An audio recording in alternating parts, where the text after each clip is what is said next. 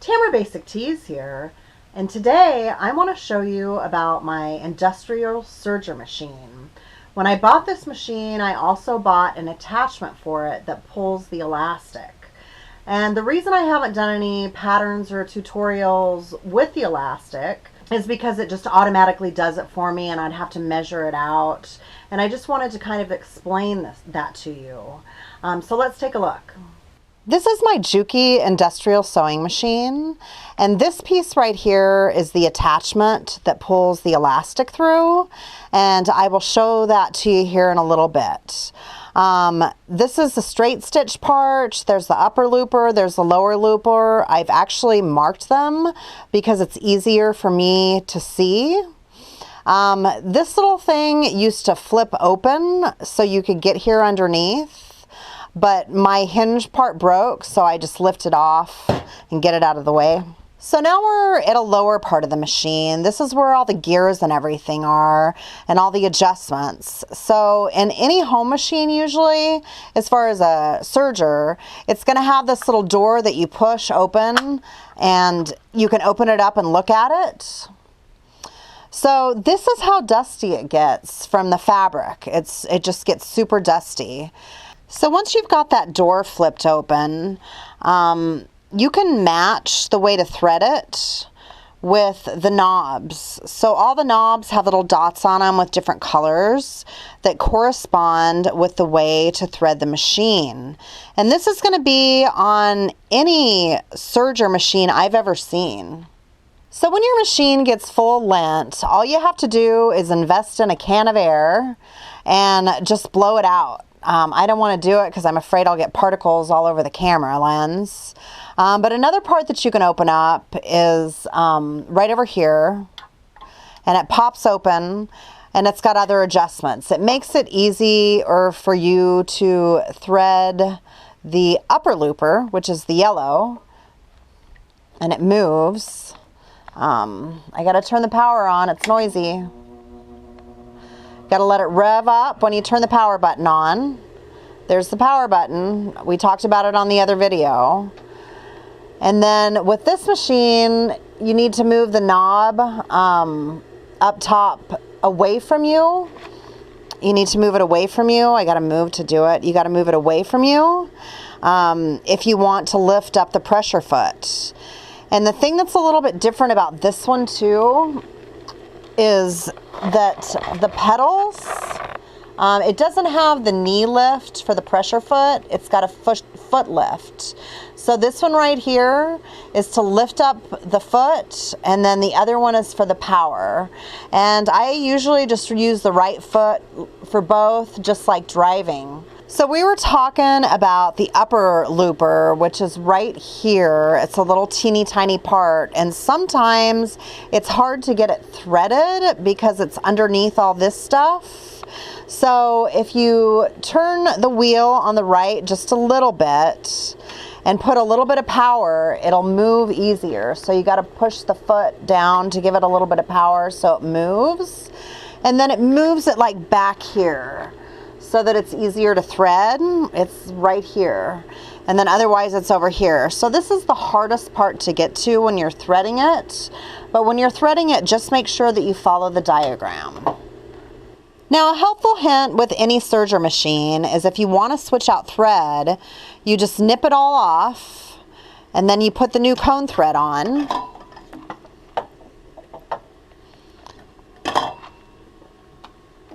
So once you've snipped it off and changed the colors, you just tie it together. I usually just loop it around my finger and pull it through. And I don't trim it or anything. I just pull it all the way through and sew it through. So let me turn the power on. It's going to be kind of noisy. And then it's changing the color as it goes through. That way you don't have to re-thread it every time. Usually the needle thread doesn't go through, but I got lucky and it went through this time. Now I'm going to tell you about the elastic, which I did manually years and years and years ago. It had to have been over 20 years because I've had these machines for a long time.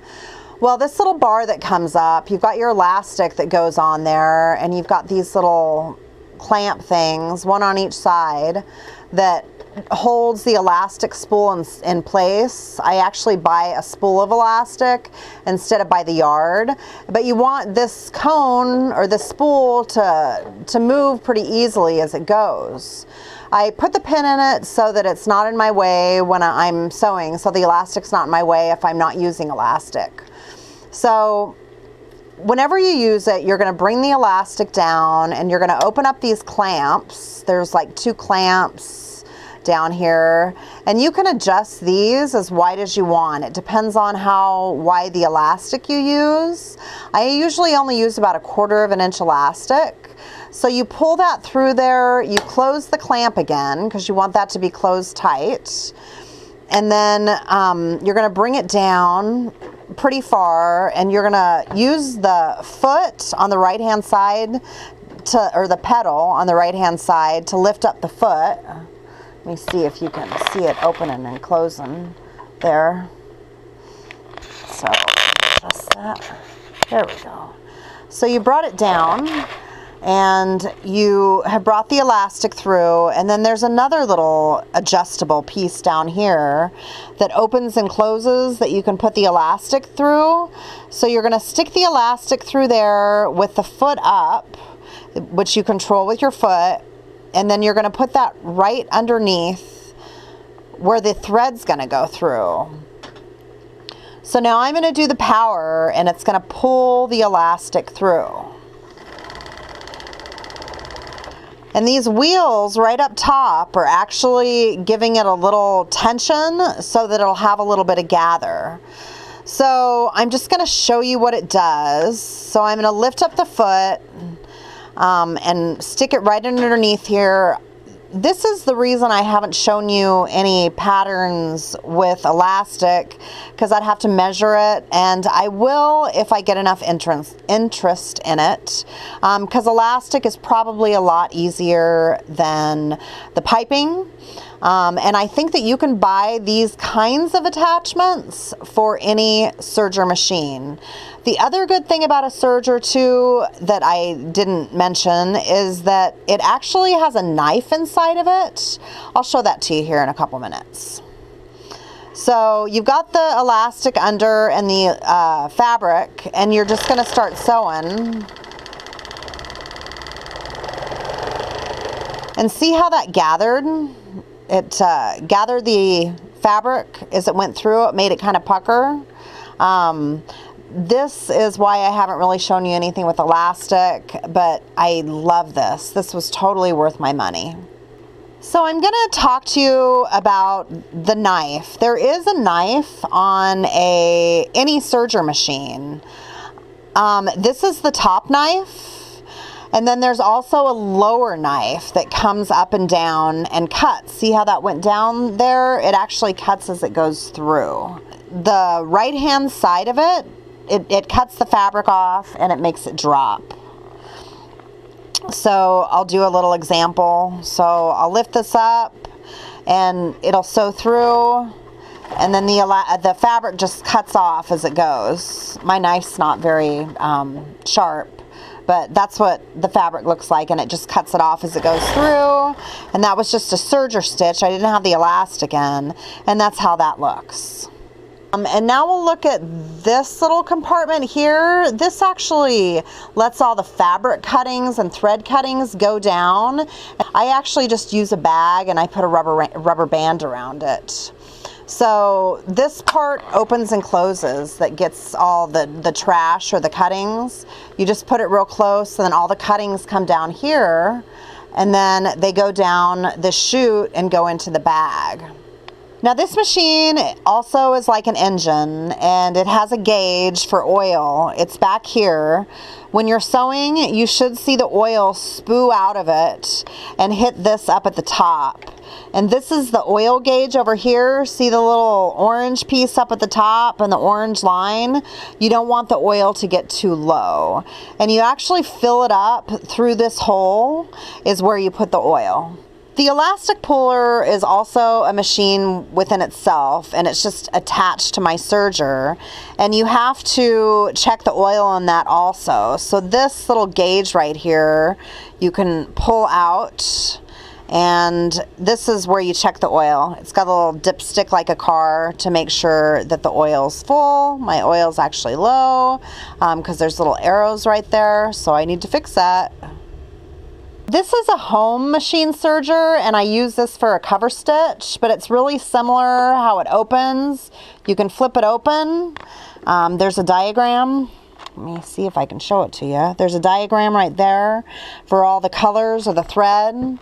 And then on all the different knobs with the tension, it's got the corresponding color. I only use 3 threads, but this machine, or 3 spools of thread, but this machine is actually made for 4 spools of thread. So the home machine also has a knife. It's right here. I've got it flipped up because I don't use it for a or for a rolled hem. So if you push it in and just put it back down, there's the knife on a home machine. I believe you're able to buy attachments that will stretch the elastic for you on sergers. I really haven't done much research on it, but I just wanted to show you how I used to do it so that possibly you might be able to incorporate that with your sewing without the attachment. But I would start the elastic, and then you're going to put your fabric underneath. Let me find a good straight edge to put it on. It is going to cut it off too. I can lift up the pressure foot, and this is actually behind on this machine. And like, let's say your hand is right here at the end. You just want to tug it just a little bit. And, there we go. It starts pulling and sewing, and you just want to it's been 20 years, but you just keep on sewing and just kind of put your fingers together and let it go through. So that's what that looks like. The only thing is I can't be consistent when I do it by hand, but you can do it by hand. I hope you found this video helpful. Next time I'll get back to sewing.